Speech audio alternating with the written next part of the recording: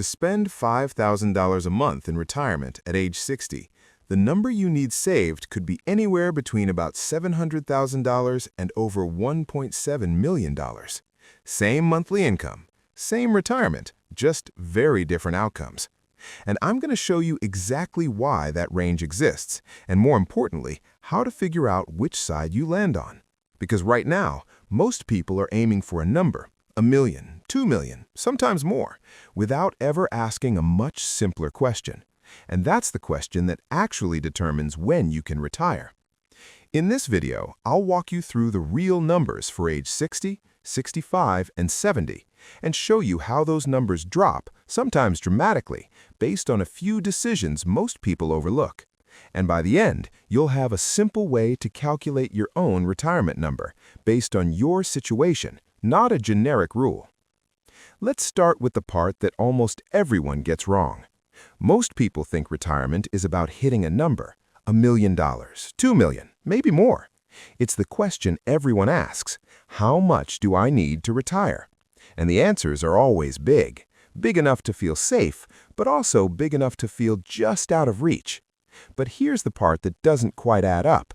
The majority of retirees don't have $1 million saved, not even close, and yet they're still retired. They're still paying their bills, still living their lives. So either millions of people are quietly struggling every single day, or the number you've been told you need isn't actually the right number.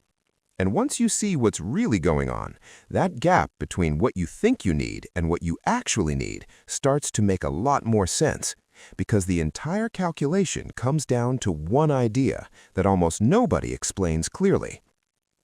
Here's the idea that makes all of this click. Your retirement is not about building a giant pile of money. It's about filling a gap. That's it. You want to spend $5,000 a month. That's your target. Now, part of that might come from guaranteed income, things like Social Security, a pension, maybe something else. Let's call that income X. Whatever that income covers, your savings don't need to. The only thing your savings are responsible for is the difference between what you want to spend and what's already coming in. That difference is your gap. And here's the part most people miss. The smaller your gap, the less money you need. Simple. But most retirement advice doesn't work this way. It assumes your savings have to cover everything for your entire life. So the number they give you is built to cover everything for decades. And that's why it always feels so big. Now let's start with the version most people are shown. You're 60 years old, no Social Security yet, no pension, no guaranteed income at all. And all your savings are sitting in pre-tax accounts, which means every dollar you take out gets taxed. You want $5,000 a month. That's $60,000 after tax. But because of taxes, you actually need to withdraw more than that just to net your spending. And your money needs to last 25, maybe 30 years. When you run that math, you land somewhere around $1.6 to $1.7 million. That's the number most people hear. And to be clear, it's not wrong, it's just incomplete, because it assumes your gap never changes. It assumes you're fully dependent on your savings forever. Now, let's change just a few things. Same $5,000 a month, same retirement goal. But now you're married. You split your savings between pre-tax and post-tax accounts. And instead of pulling randomly, you withdraw in a smarter order, using tax advantages when they're available. Nothing fancy, just awareness. And suddenly, the number drops. Now you're looking at something closer to $1.3 to $1.5 million. Same lifestyle, same income goal. You didn't earn more, you didn't invest better, you just structured it better. And that difference, that's not investing skill. That's understanding how your money actually works. Now, here's where things start getting interesting. Let's move from age 60 to 65. You're 5 years older, which means your retirement doesn't have to last as long. The time your savings need to support you gets shorter. At the same time, your tax situation improves. You get larger deductions just for being over 65, which means less of your withdrawals are taxed. So now your savings don't have to work as hard, and the number drops again. Now you're somewhere around $1.2 to $1.4 million. Same $5,000 a month, just a different starting point. Now push it to age 70. Your timeline is even shorter. Your withdrawals can be slightly higher because, statistically, your money doesn't need to last as long. And again, the number drops. Now you're closer to $1 million to $1.2 million. And here's the pattern. The later you retire, the less your savings need to carry the load. But everything changes when we introduce the one variable most people underestimate: guaranteed income. Let's say you start receiving $2,000 to $3,000 a month from Social Security. Now your $5,000 target doesn't come entirely from savings anymore. Part of it is already covered, so your gap shrinks. And when your gap shrinks, your required savings drop fast. At age 60, with no income, you needed around $1.7 million.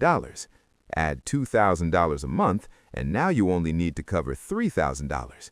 That drops your required savings to roughly $1.1 million. Same lifestyle, same spending, but now your savings are doing less work. Now take a married couple.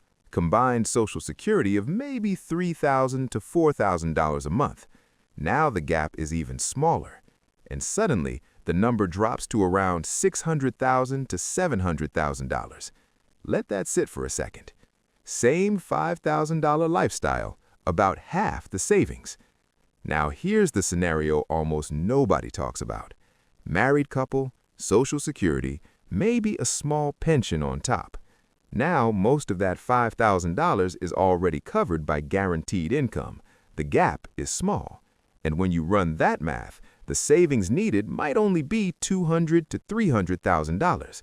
Not because anything magical happened, but because your income is doing the heavy lifting, not your savings. Now think about someone like Gary. Gary was told he needed $2 million to retire. He has around $850,000 saved, so he thinks he's behind. He keeps working, keeps saving, keeps waiting. But when you actually run his numbers, something interesting shows up. His Social Security covers a big portion of his spending. There's a small gap left, and his savings? More than enough to cover it. Gary wasn't behind. He just didn't know what enough actually meant for him. And that's the real problem. It's not that you haven't saved enough. It's that nobody showed you how to calculate your actual number, because your number depends on a few simple things: your income streams, your retirement age, your taxes, and how you withdraw your money. Once you understand those, the math becomes very simple. Start with your monthly spending, subtract any guaranteed income, that gives you your monthly gap.